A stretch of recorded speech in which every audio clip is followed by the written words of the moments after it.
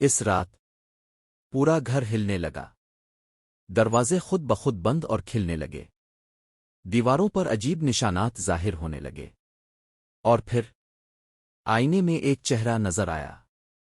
وہ علی تھا، مگر اس کی آنکھیں مکمل سیاہ تھیں، اور وہ آہستہ سے کہہ رہا تھا، انہیں مت آنے دو۔ کلائمیکس 13:14:30۔ انتہائی تیز میوزک، چیخیں۔ اچانک گھر کی لائٹس بند ہو گئیں، ہر طرف اندھیرا چھا گیا، صرف سرگوشیاں اور قدموں کی آوازیں۔ پھر ایک چیخ گونجی، اور اگلی صبح وہ پورا خاندان بغیر کسی نشان کے غائب تھا۔ آؤٹرو 14:30، 15 بجے۔ آہستہ میوزک۔ آج بھی وہ گھر خالی ہے، اور لوگ کہتے ہیں رات کو وہاں دو آوازیں آتی ہیں، ایک علی کی اور ایک کسی اور کی۔ تو اگر آپ کبھی کسی ایسی جگہ جائیں جہاں لوگ جانے سے ڈرتے ہوں، تو یاد رکھیں، ہر کہانی صرف کہانی نہیں ہوتی۔